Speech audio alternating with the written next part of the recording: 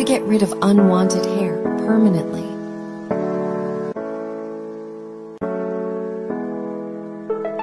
నేను చాలా సంతోషంగా ఉన్నా, ఎందుకంటే చాలా థిక్ హెయిర్ ఉంటుండే, నాకు చాలా సఫర్ అవుతుండే, మొత్తం కలిసిపోయి ఉంటుండే నా హెయిర్ మొత్తము మిడ్ రూట్స్ అంతా.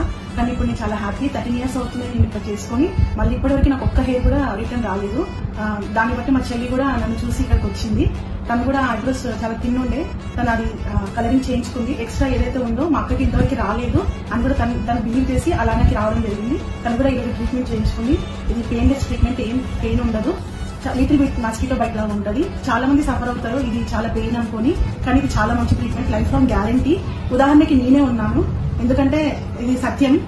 ఐబ్రోస్ నాది 13 years అయితే నేనే చాలా ఆశ్చర్యపోతున్నాను అప్పుడప్పుడు ఇది నిజమా అని చెప్పేసి. చాలా మంది తెలియక థ్రెడ్డింగ్, వ్యాక్సింగ్, లేజర్ చేస్తుంటారు. దానివల్ల గ్రోత్ చాలా ఎక్కువ రావడం జరుగుతుంది.